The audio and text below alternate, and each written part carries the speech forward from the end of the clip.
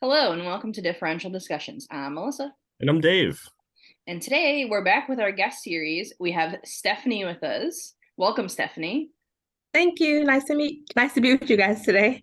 Yeah. And we're just going to chat about being educators. So you may have noticed that we're starting with just kind of talking about different jobs that folks can do. And so we figured, Dave and I are also going to talk a little bit about how we got into education and being educators, but we thought it would be awesome to have another person with us. So the three of us are going to talk about being educators. Mhm. It's so weird still for me to frame myself like that. Me too. I'm just so, you know what I mean? Uh, I don't even know where this began for me, to be totally honest with you. Um, I kind of feel like it was a point in college. Stephanie, did you have like a lecturer or anything like that? That kind of, Most definitely, because I didn't think I would get into education. I knew I was going to get into the healthcare field one way or the other. I didn't think it would be education, but I had very good undergraduate faculty, teachers. And one in particular, Dr. George Harwell, he was pretty much my mentor. He was my chemistry teacher. So that's how I came about. Like I was shy in college. Like I literally put off taking speech class to the very last minute until I had to take it in order to apply for the CLS program. So I still get nervous when I speak in front of people. So yeah, it wasn't something that I was looking forward to doing, but like I actually love teaching now. Like it's my passion. that was, I think that was like a little bit of my story too, was professor. For me, it was the director, the chair of the MLS department, Jim Griffith.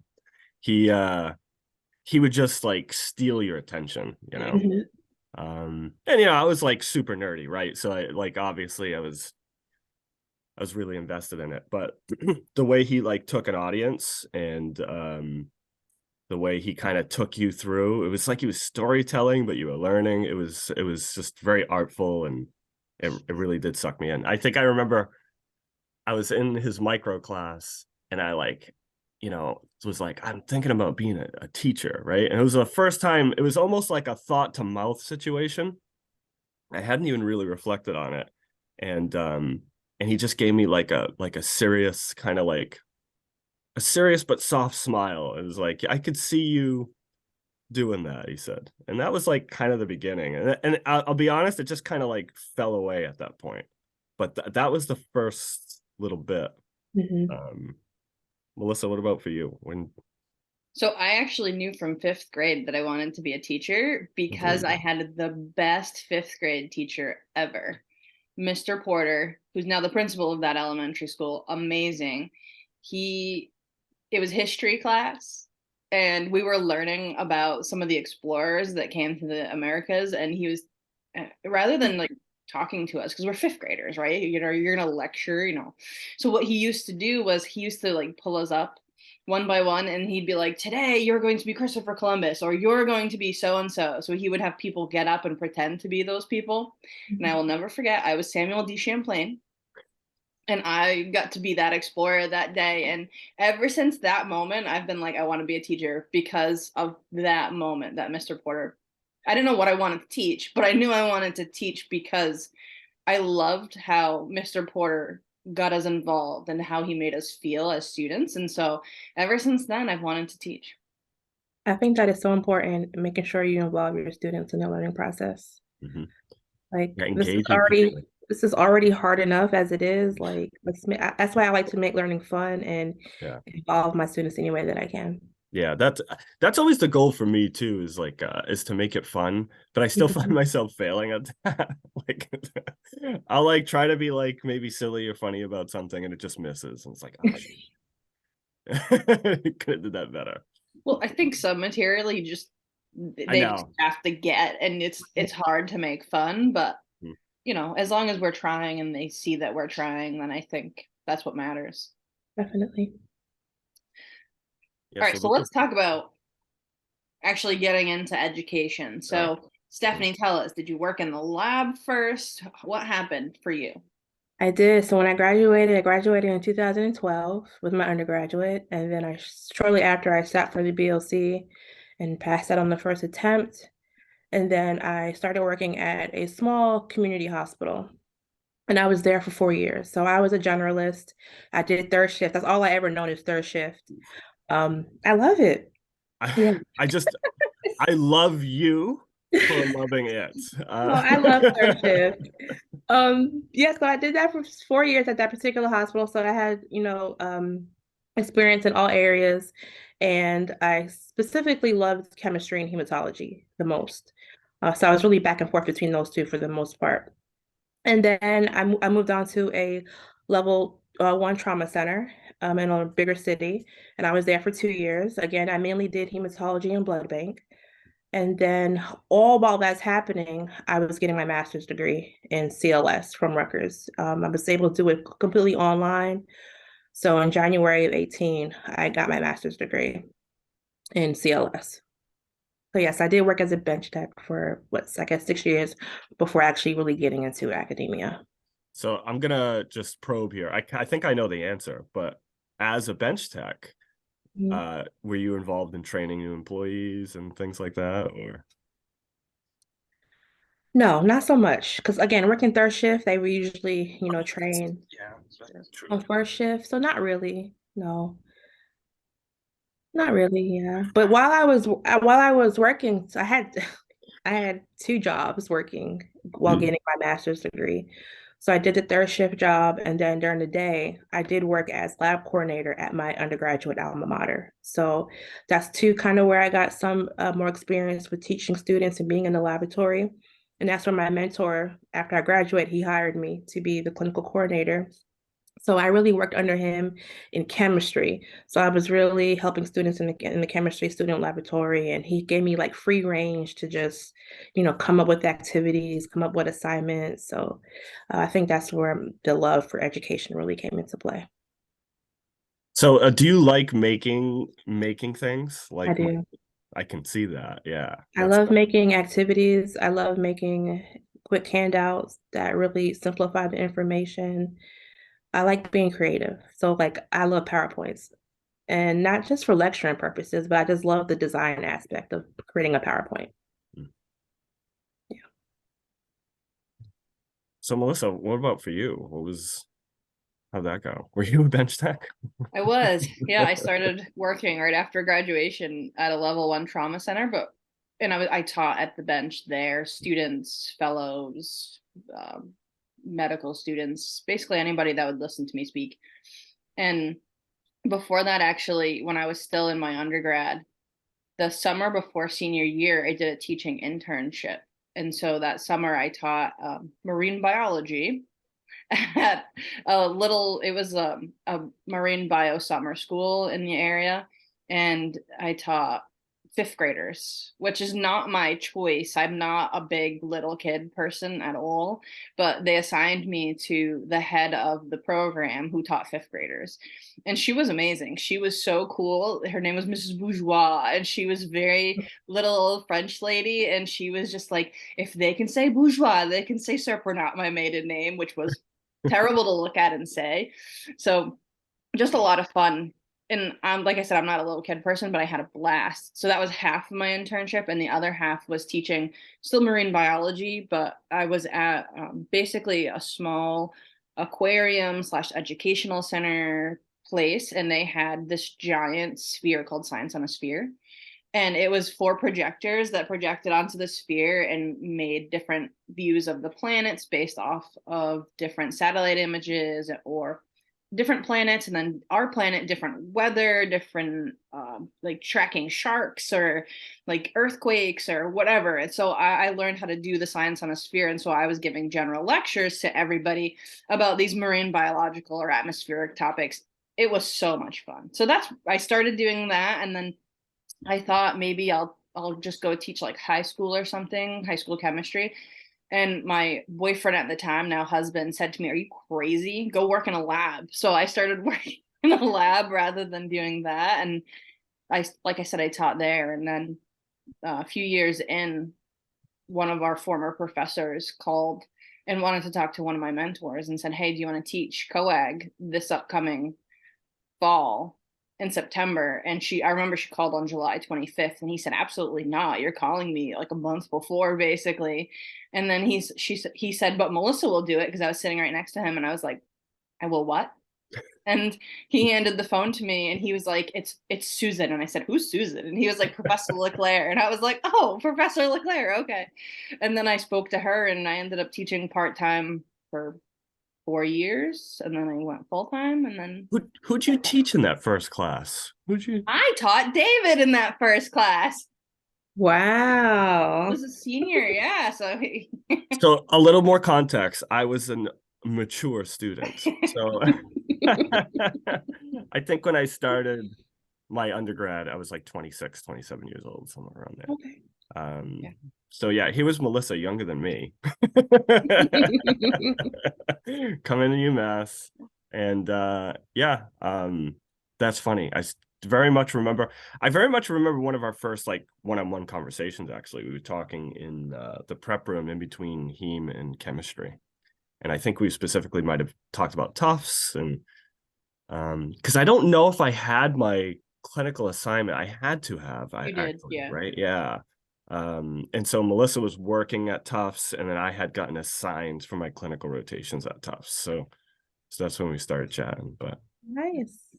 yeah, so we have a funny history where she was like my teacher, then my forever coworker.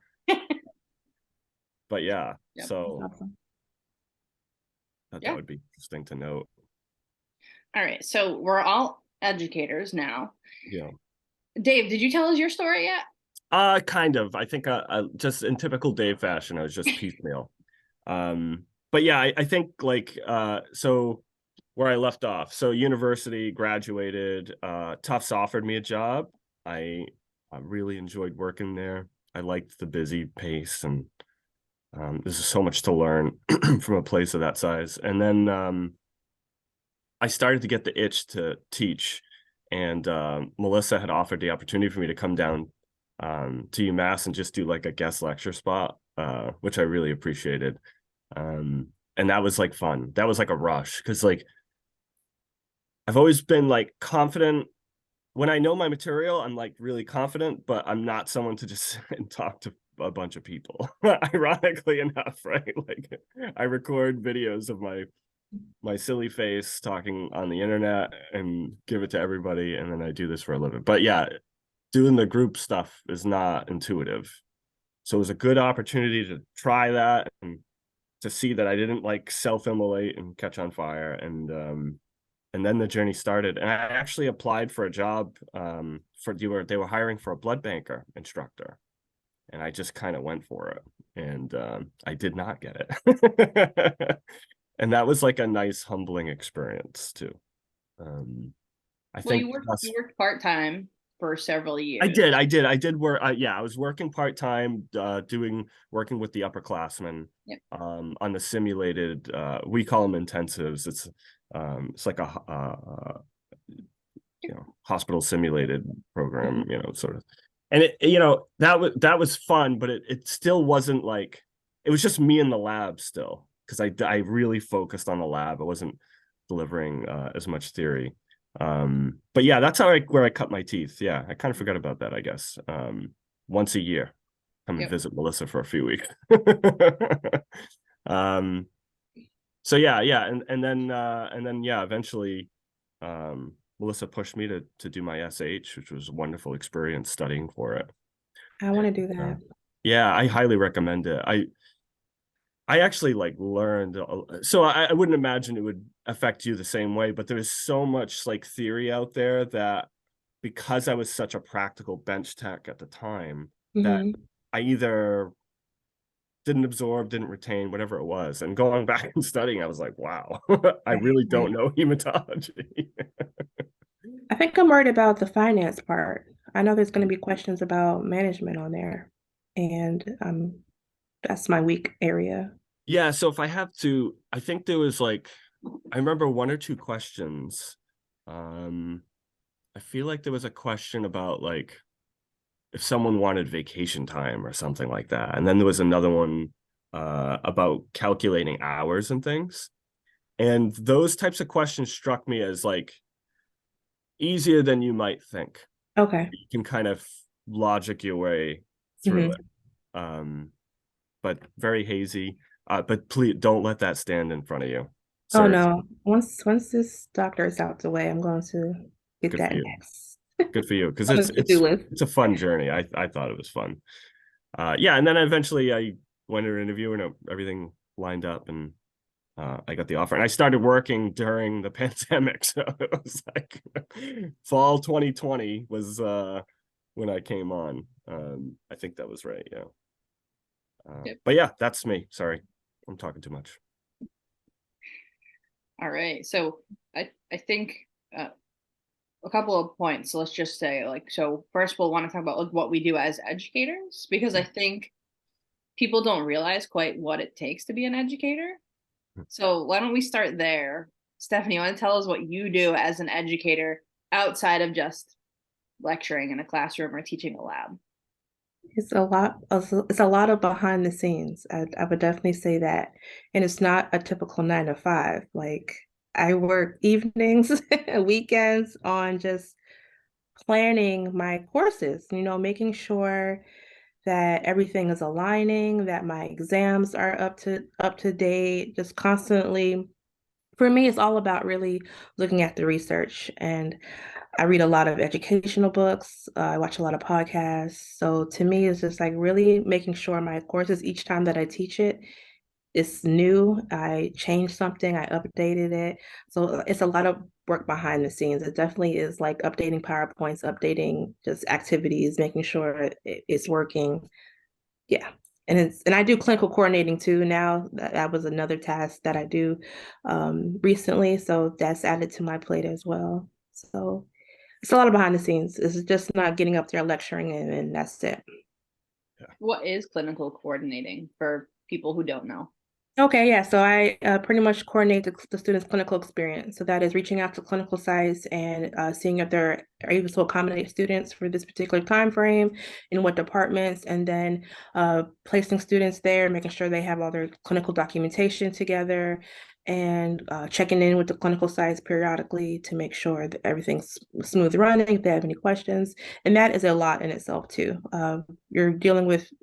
You're pretty much the middleman. You're dealing with the students on one end and then the sites on the other. So to me, that too is a lot of behind the scenes. Mm-hmm. People really don't get to see. They see the final product, here's your clinical site, but they don't see what I had to go through to get that clinical site. So yeah. I think that's like the story of being an educator, is that the students see that you teach, I don't know, Monday, Wednesday, Friday from 9 to 10, but they don't see everything else. They don't see the prep that goes into it, the different textbooks that you reference, like all of the work that we put into it so that they have the material that they need. It's a lot of prep. And I'm getting ready. Our cohorts start in the summertime, so about 2 months out, 3 months out, I'm just getting ready to, go look at my course and make sure it's updated in the learning management system, making sure it's all good and ready to go. So it's a lot of prep. Mm-hmm. Yeah, I tell my students, like, I'm definitely not this smart. I read the book right before I talk to you. I say that stuff all the time. Yeah, it's like studying doesn't stop, right? I mean, so of course we retain a lot of it, but you need to be reviewing things, and things change, No, That each year I have happens. to go back and look at hemostasis in particular because I only teach it once a year. Usually teach the bulk of it in the fall. So, the rest of the time is spent focused on the other things. So I definitely have to go back and restudy I'm because so happy you said that. it wasn't my strong subject. I'm so happy you said that though. Like, I know when I first started doing this, right? I taught, class X in the fall, and then you move on to the spring, and I'm first. It's all new to me. And then in the fall, it's like, all right, I've been doing this a year, but I did this thing once, right? I taught this class once, and it was a year ago. I have trouble remembering passwords for accounts I don't use within every few, so like, that's a real adjustment, I think. Because like when you're a bench tech, it's like, oh, I did that bench on Monday. Now I'm doing it again on Wednesday or Thursday. You're like, you It's get more more. repetitive. Yeah. Mhm. Yeah. That really struck me. I don't know. Yeah. The distance that can kind of accumulate between you and the subject matter or whatever it is. Well, I think the other hard part is you don't just get to teach what you like, That's right? very Because true. I love hemostasis. And if the only thing I could ever teach was hemostasis, I would be the happiest person in the world. But obviously that's not true. I've taught all of hematology, in the MLT program that I'm in now. I've taught micro, I'm going to teach chem, so I'm teaching other things, but we have to teach other things. And you know how students are like, well, I don't like this subject, and we're like, well, you have to learn it so that you can sit for your BOC kind of thing. It's but I need to relearn all the things. Yeah. Exactly. No, definitely. I also teach some of the special topics in microbiology, so parasitology and Ooh. mycology. I had to relearn that stuff Mm-hmm. because once I passed my boards, I didn't touch that stuff again. Yeah. My hospitals didn't do parasitology or mycology, so I had to relearn it. But I Mycology think is that's tough. the beauty of it too. I Yeah. feel like once I'm like relearning things, like it's easier for me to teach it. Sure. Yeah. Yeah. Once I can really sit through the material, and now I feel better more about teaching it. So, Yeah. I had the same experience because I had to teach micro, which I hadn't taught in forever, this past fall. And I really just kind of resat with the material. And I was like, oh, it's starting to slowly come back. But also, I felt like it was better because when I was learning it as a student, I was learning it to learn it to take the exam. And that was kind of it. Now I'm learning it to really understand it. So it's almost a different kind of learning that's more pleasant. yeah, it's definitely, and I feel like, sorry, for me, I like microscopic. So anything microscopic, I love. That's why I love hematology. That's why I like teaching the parasitology and mycology because to me, I like morphology. I just like identifying. So I feel like, but again, if you enjoy something, if you like something, you're more prone to enjoy it. Yeah. So Yeah. Yeah. Mycology, I mean, we had very little instruction on that. And then it was just like, yeah. bye. Mhm. That's quite the challenge. Um, And I know, Dave, you've had to teach some things that were not quite your yeah. favorite. Yeah. So some stuff I was really intimidated about it. So like my first year, as a first year instructor, they're kind of like, all right, where can we put you where you're not going to get overwhelmed and you're not going to like break anything? I don't know if that's literally what they were thinking, but so yeah, I taught a genetic centered laboratory that did some peripheral blood smear review, which was weird. But also did blood bank typing, like kind of basic, forward and then eventually like reverse typing ABO stuff. And I remember being intimidated by that, right? So I'm teaching, and the person who's in charge of the course is a blood banker, and not just any blood banker, but like a seriously very, well experienced as an educator and a blood banker. So yeah, that was like a little uncomfortable. But like everything went fine, right? Like I put the work in to prepare and to relearn some of these concepts, and it's ABO, right? It's not like I need to really cram too much, but yeah, there was a lot of different, even urinalysis. I practice urinalysis in the heme lab, but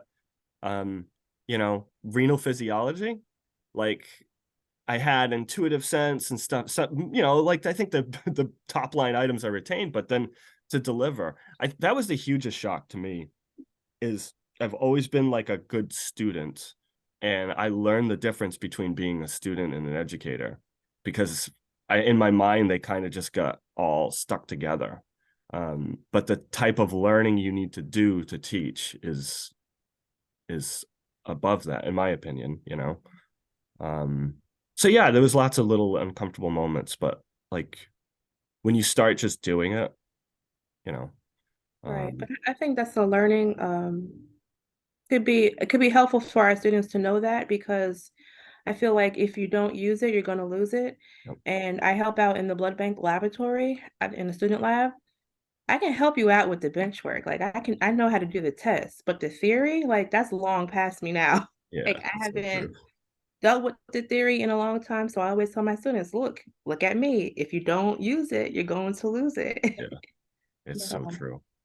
Yeah, Mhm. I like to tell them that, like, this is kind of a romantic, right? But like learning is a journey, right? And it's a lifelong journey. I think there's a culture in the United States like, oh, I'm done with high school. I'm all done, right? I'm done. It's like no one should ever be done. And we all know those people that are done. We'll interact with them when they're later on in life, and you can tell that they've been done for a Yeah. long time. Humans are constant work in progress. And I tell my students, like, hey, you never pick a hematology book up again? No problem, right? Learn how to crochet, learn how to, I don't know, use a telescope if you want to be a backyard astronomer, or it doesn't matter what you're learning, but just don't stop. Yeah, I think that's the message that I want It's to so impart. true. Because you're right, things you learn just tend to ooze out of your ears over time, given it enough time. But I think the brain is a very plastic kind of organ, and if it doesn't get nurtured, it I Right. don't know. So let's talk about education then. Mm. So Stephanie, did you have to have your master's before you started teaching? Yes, I So did. not your PhD or EDD, because you're in a one of those programs now, right? Right. So I definitely had to have the master's to start teaching at the college level. And then, um, yes, Rutgers does require you to have your EDD or your doctorate, your PhD at some point. You have to get it. I was going to get it either way, but um, it was a requirement, yes. Yeah, I I have my undergrad, and I'm still working on my graduate degree. But I've signed agreements, and I'm working on finishing it. And to be honest, I think that there's a lot of value in obviously going to graduate school. But I think with our skill set, it's very specialized. I don't know. I kind of go back and forth on it. Well, they required you to have your specialty certification before you got hired, though. That's fair, right? I think to make me a qualified candidate, it was the SH was the thing that kind of put me over the top. Yeah. Fair point. I was the same. I had to have I already had my specialty certification. I was hired part-time anyway.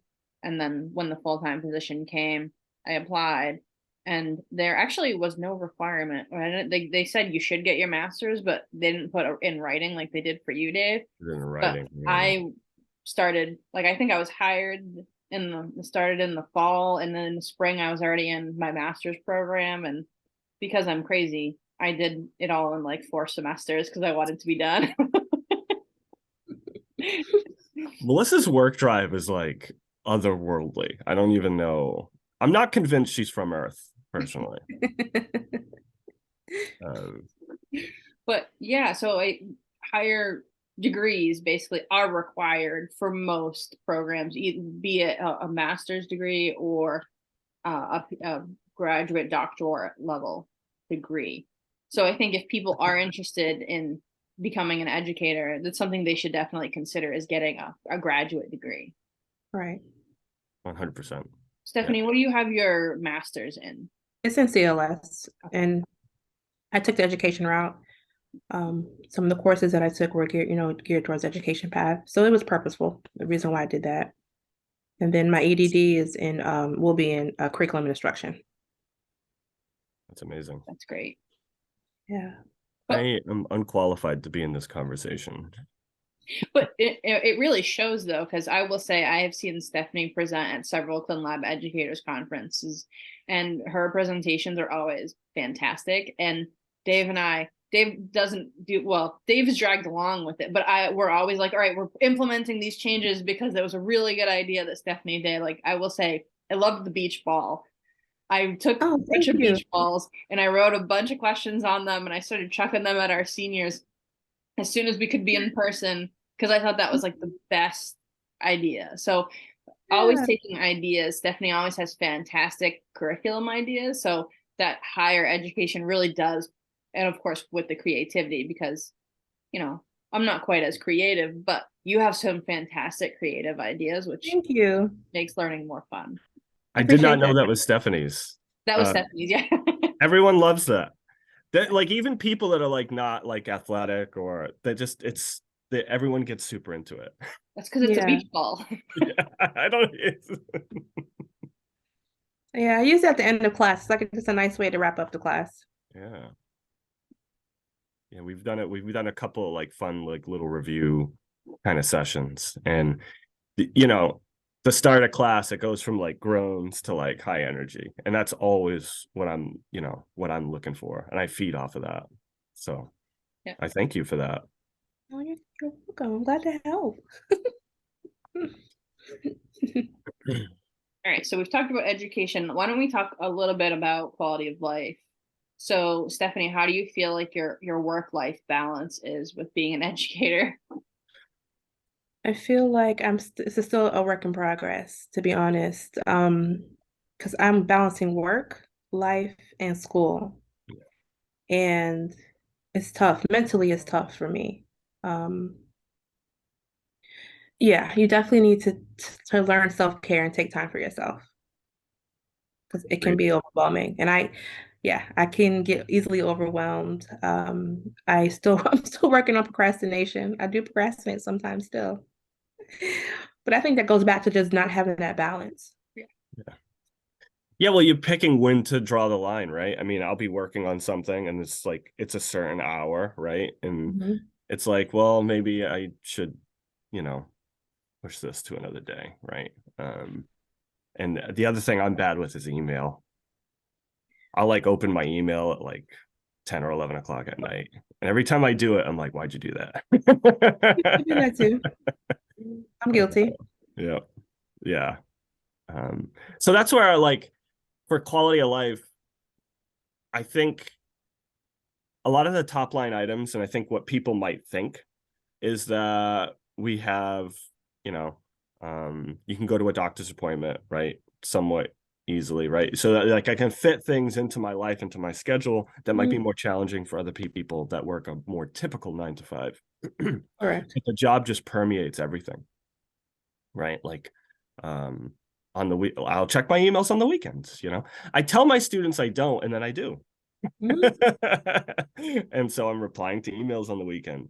I find that I work every single day, and I'm just figuring out how to piece it out over the days, I don't even know what my work-life balance is, and it's different from semester to semester. Like my spring looks much different than my fall. Yeah, I don't know about your experience, but for me, it's I feel the teaching in everything. Yes, I agree wholeheartedly with what you just said. And it's like invasive, but sometimes it's it's good way, but where do we draw that line, I guess? Still figuring that out. Right. It does have its pros and its cons. I guess, for me, I want to be available to my students. Yeah. You know, do I have a life outside of work? Of course I do. But, I want to make sure my students are getting what they need. And if that means you need me to answer a question for you on the weekend, if I'm available, I have no problem doing that. Yeah. I don't know. Yeah, I've even taken like meetings on the weekends, meeting with Mhm. students and stuff. I have to. And I'll get looks from the lady, like just try to like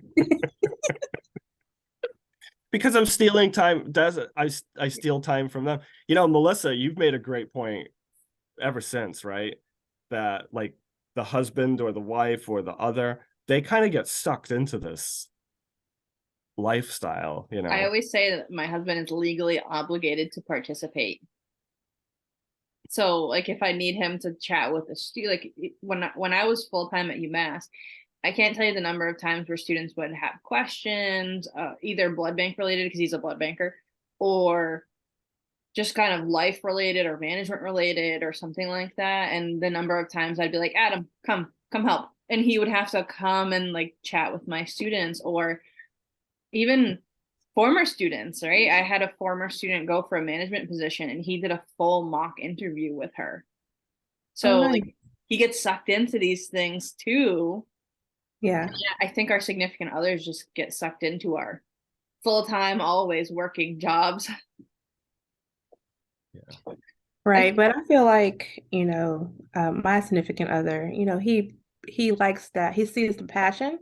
So he appreciates that, So as long as I'm happy doing what I'm doing, he's happy. And you give Having them a some supportive, attention too. Oh, most definitely. having a But but supportive like this is other. this is my craft, So I'm nurturing my craft. Yeah, So yeah. absolutely. Hmm. I think because I will say I am a complete workaholic. Completely. Like last year I worked 5 jobs. Wow. So workaholic between all of my jobs, but I will also say that, having my child kind of brought that into perspective a little bit. So I've been working significantly less, and I do protect like my weekends a little bit more. I'm open, and if students need me, I'm there. If they have questions, I'll answer them, but I am doing less work on the weekends than I used to, and trying to spend more time away from work. So I think as long as you're getting your work done, because there's the thing with teaching is there's not a lot of your manager leaning over you. Are you getting your job done? And I think that's another hard thing. It's really self-driven work that Hmm. you need to do. I think as long as you're getting your work done, you're meeting your deadlines, your students are meeting and getting what they need, then you can work as much as you want, or I don't want to say as little, but as much as you need to in order to do your job, which could be still a significant amount of work, but less than the hours that I used to do No. in the job. So I think there is a work-life balance and that you do have a lot of flexibility, but it just depends on how much you give. Yeah, no, that's so true because I was just talking to my significant other the other day. Like, I couldn't go back to working a regular 8-hour shift. Like, I love the flexibility that comes with teaching, and that I can work on the weekends, I can work in the evenings. Yeah. Sometimes it may work for certain people to work in the evening. Some people are just not morning people. Well, of course, getting up to lecture is fine, but like, doing other things might work better for other people at night. Yeah. But as long as the work is getting done, then I don't see a problem with the time of day. Exactly. And that's what right now, that's what I've found is then in between, like I don't have a lecture per se this semester, but in between meetings or hospital visits, things like that, what I can do is I can work early in the morning when my child is sleeping, spend an hour or two taking care of him. He'll take a nap and I do more work. Or when my husband comes home, I do whatever work I need to do. So I may not be working my 9 to 5, but I'm still getting all of the work in. It's just I might work from 5 to 6 and then Hmm. 7 to 8 or whatever it is. It's just scattered throughout the day, and we do have that flexibility. Yeah. Yeah, the autonomy is, it's nice to have the freedom, but it's also its own weird pressure too, right? Because I think that's something that I think individuals need to adjust to. I know I did. When I walked into the hospital, there's a piece of paper and it tells me where I'm supposed to be in between these times. And this is all that self-driven stuff, which honestly, like I struggle with. So Melissa's on the workaholic spectrum. I'm on the lazy spectrum. So we kind of like balance each other out. But yeah, it's good to be able to piecemeal things together and make the Mhm. day kind of Yeah. be, man, it's like it goes by fast. Mm.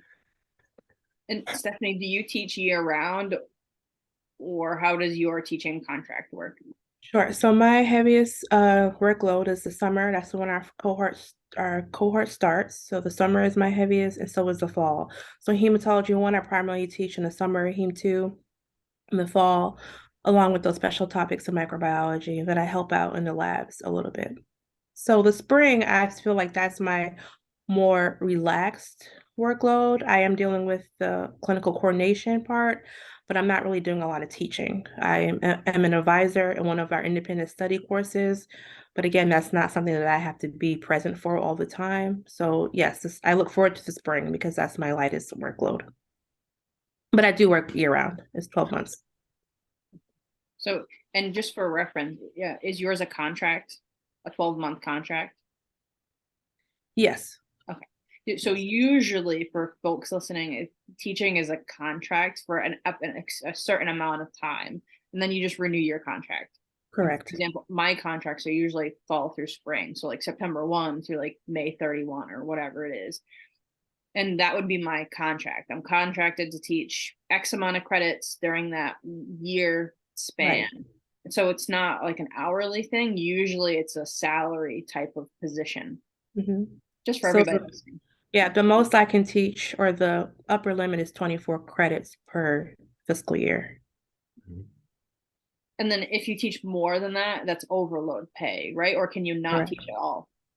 They would give overload pay. I never had that happen to me personally, but yes. Mhm. That has happened to me. In the fall I had overload, so I was paid extra for those overload credits. And again, that's still not hourly. It's usually per credit what you're working with. So just in Mhm. general for folks listening. But yeah, I'm the same 24 credits in my contracted year. Right. I'm glad you brought that up because I think a lot of people don't really know. Yeah, no. No, and then it could be different because when we talk about teaching credits, it might be teaching credits, not in the same sense as student credits. Right. Right. Because Right. teaching hours are different than what student hours are. So if you're teaching, a course that's say 3 credits, you might get more than 3 credit teaching credits for a 3 credit student course because Melissa, oh, it, sorry. I was gonna say, I don't know what you mean. It's just a 1 credit course, no big deal. Should right. be So that's the thing. Labs are usually 1 credit courses, but one lab is what, 3-4 hours and Right. all Prep. the prep and everything. Yeah. I love teaching labs, but definitely teachers get the short end of the stick teaching labs, in my opinion. But Can you expand on that? I think that in general, there's not as much of an appreciation as to what it takes to make a lab move and work. And I think there's different styles of teaching too in a lab. So I might be a victim of my own style. So let me say that too, is when I'm in lab, I'm usually on my feet, walking around, very hands-on. I'm like almost over the top when it comes to like technique stuff. Like I'll see a student doing something and it might seem a little, I can tell it's awkward. They're still learning that muscle motor stuff. And I'll be in there with technique. And whereas I know other teachers might do like a lot of grading or kind of administrative stuff as lab goes on. And, they might say that having the students struggle and be on their own is like a additive learning. But I tend to be like super active. So I just think that for the unit of measure, whatever it is, right? That labs are a little underappreciated for the time it takes. Yeah. But Labs are challenging, especially for me, I feel like I want to give all the students my attention, and there's some that are going to be lost in the mix. yep. And I feel bad because in a lot of situations, it's like a shyer person who like needs it, but they don't, some of them feel bad for me. They'll be like, oh, well, I feel bad because you're like really busy. No, like tell me you need something. It is tough. We've been lucky to have labs be kind of smaller size since COVID. So I feel like I've had pretty good one-on-one time, but yeah, you're one person divided amongst the body of students. I mean, Well, I will have myself and two other lab instructors, and I still feel like students are not getting the attention that they need. Because let me tell you, this was our biggest cohort to date with 43 students. that's amazing. It's That's a lot, awesome. though. It's a lot. It's awesome, It's but it's a lot.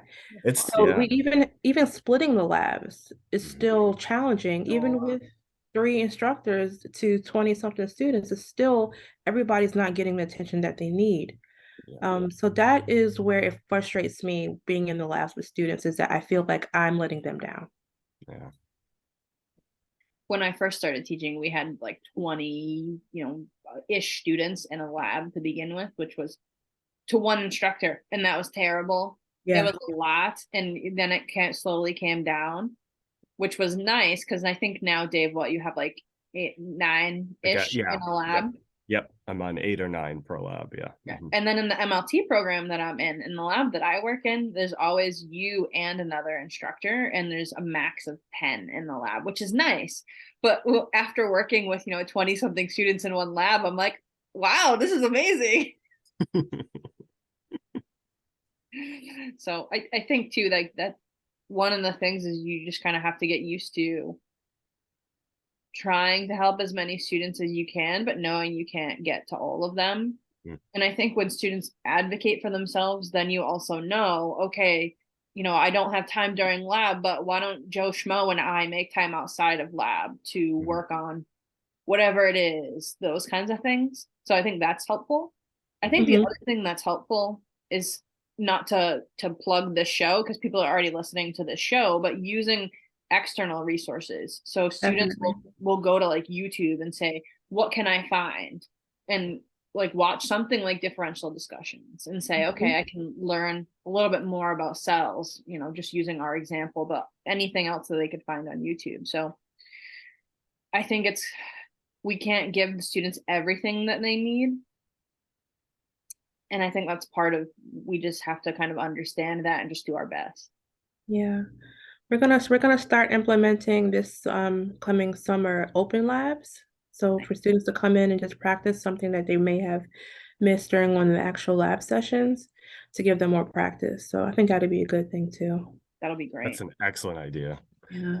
And I tend to try to do that individually. I'll offer students like, hey, I know I'm on office hours. Let's go to the lab. You want to practice doing a thing? And then other times I'm just letting them in the laboratory just to practice on their own. I mean, something like differentials, but I do find that I spend the most time making supplementary materials or tools to assist with lab teaching because I don't feel like I'm able to give everyone everything. Right. So that's why I supplement with like the media lab. Like I have students complete that before they even step foot into the student lab to do differentials because I mean differentials, anything microscopic to me is just subjective. And I feel like it's hard to teach microscopics, especially you having to go up to each microscope and look in each microscope, So to me, like I want you guys to practice first with the media lab, make sure you can identify the cells there, and then we can move on to doing it in the actual microscope. And I feel like that has helped a lot, especially during COVID. That COVID class, they had nothing but simulated labs with Media Lab. And then when we brought them back, right before they started clinicals in 2021, and we brought them back for a week of just like labs because they didn't do any in person. You couldn't tell the difference. Like they were mastering the differentials, and I think it's because all that practice they had with the simulation. That's interesting. Yeah. That's a cool little data point to have. Yeah, definitely. I use Media Lab a lot in the MLT program that I'm in. It's a remote program. It's an interesting MLT program between 2 campuses of the university. And so like I'll be teaching students all around the whole state when I'm in lecture, which is all on Zoom. And then in lab, they go to one of the 2 labs. So I use Media Lab extensively in that course. I haven't started using television yet, but I plan on to implement that. But the other thing that's been really helpful is this, because I can just plug it in and we can be like, man, let's look at cells together. So like today we're going to review a normal kind of thing. And so I've found, yeah, the electronic resources that we have available to us really, really helpful especially in this distance program that I'm currently teaching in full time. Well, Right. it's And funny because some of those technologies adapting to that circumstance of distance learning Yeah. can be really, really useful for non-distance learning. So we've learned a lot with this pandemic, I think, as far as education. oh, definitely. I think I mentioned before, at CLEC I had mentioned, uh, starting my job at Rutgers in 2019 was my first like really full-time job, having a course to myself. And so 2019 was in person, 2020 came and that was completely online. And then 2021, we were hybrid. So like the first 3 years that I was teaching full time, like I was exposed to 3 different learning environments. So I feel like, going into my 5th year now or my 5th cohort of students, like I really feel the most comfortable having those experiences with those 3 different teaching modalities. So right now I'm doing hybrid, which I like a lot. And I feel the students appreciate it because they're not having to travel as much either, back and forth to campus. I think this brought up a subject wouldn't mind exploring with you. How have you seen student engagement over this period of time, over this the pandemic period? It's not hybrid and online is not for everybody. Some students Yeah. really still prefer to be in person, but I start each of my lessons with a review of the previous topic. So I like to start with a Kahoot, or I'll start with some type of if I'm doing it online, I'll start with something they can do in a Zoom breakout, a small group activity. So to me, the student engagement hasn't completely fallen off. I feel like even though I provide recorded lectures after the lecture, students are still engaged during the actual lecture. I ask questions in between my lecture PowerPoint slides. So yeah, are there still that handful of students that always answer questions? Yeah, sure. But I feel like when I looked at the grades from the pre-COVID year to the hybrid, whatever, there was no difference. Barely a difference. So it wasn't For more. us, Mhm. I've been having a challenge with the freshmen, like the underclassmen are tricky. But that's, I think, a lot to do with their culture as far as, first year college students are tricky because Yeah. they didn't get that in high school. Yeah. It's a struggle. I thought as a teacher, I would really enjoy the younger, be like passionate and get them like passionate. I find myself liking to teach the upper just far more. Some of the newer students coming in, it's just there's a lot of skills gaps and And by skills gap, you mean soft skills, not even like technical skills. Yeah, seriously. Yeah, all sorts of Well, I mean both, but yes. I mean email communications. Oh Just gosh, yes. it's stuff that's like a little, I don't want to frightening. That's maybe exaggerated, but yeah. But stuff that you think they should have learned, like emails, I get emails with no subject, no hi. Hello, how are you? Nothing. All Yeah. lowercase. Sometimes Yeah. they start with hey. Yeah, you get a spectrum of stuff. My favorite is when they ask you a bunch of questions, but it's just this giant block of text. And then you're trying to decipher through. Yeah, But yeah, been a challenge. it is. So I think we've given people a lot to think about if they're thinking about education, but let's we'll start with you. So if you were to talk to somebody and they say to you, I want to be an educator, what's one pearl of wisdom or something that you would give to that person? I feel like I don't, this goes back to learning. I have a quote on my email signature. It's like, when one teaches to learn. So I feel like, you're learning every day when you teach. And to me, it's such a rewarding career, profession, because you are literally shaping the future. And I feel like if you can make a difference, in, the future of those students' lives, if I can make one difference, I'll be happy with that. But it's something that is definitely you have to adapt to, and you have to find your niche, like I think I found mine, but you have to be passionate about it. You do. You can, I think we've all had those lectures where you can tell this is just a job to them, a paycheck, where they can care less about the student afterwards.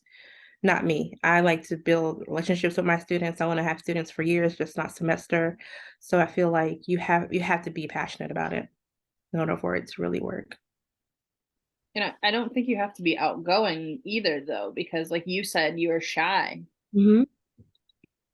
Not out. You definitely don't have to be outgoing, but my personality does shine through when I do teach. I would say that. So my students, they know when I'm serious. So like, I don't want to say they're I try to make friends with my students, but I feel like we have a relationship to where they can come talk to me about anything, just not school related stuff. And I like that as well, because I do care about my students outside of just the classroom. Agreed. Dave, do you want to share a pearl of wisdom? Yeah. I think Stephanie said it, passion. Oh boy. So don't get into this because you think you're gonna have an easy life. So I think there's definitely a subset of people that are like, oh, I'm gonna teach because like, oh geez, I don't have to work during the summer, or fill in the blank work time benefit. This will eat you up if you don't want to be teaching. Okay. So that's my first pearl of wisdom. Get in it for the right reasons. And then tap into the passion. The passion will drive you and it will drive them. And it's kind of a self-sustaining machine. So I found that when they're enjoying it, when they're engaged, I feed off of that. And that creates a nice positive kind of feedback loop. So yeah, get into it for the right reasons and tap into the passion. I think that's my nugget of wisdom. I agree. And I think the other thing is, if you're really thinking you're interested in being an educator, but you're not sure, then why don't you try to do what I had Dave do and try to get in and guest lecture and see if you actually like prepping a lecture and standing in front of the students and talking and interacting with them. Because I think that'll tell you a lot too. So even if you're not sure, try it. Why not? Yeah. That's simple, right? But just try the thing. Yeah, absolutely. Well, Stephanie, we'd love to thank you for coming on. This was an awesome conversation, and we can't thank you enough for sharing your experiences with us. Yes, I enjoyed chatting with you and Dave today. It's been awesome. Definitely fun. So for those viewers that really enjoyed it, please subscribe, send us emails, communications, find us on social media. We love to hear from the community, what they would like to hear from us to talk about, and yeah. But thanks for taking the time out. Thanks for listening.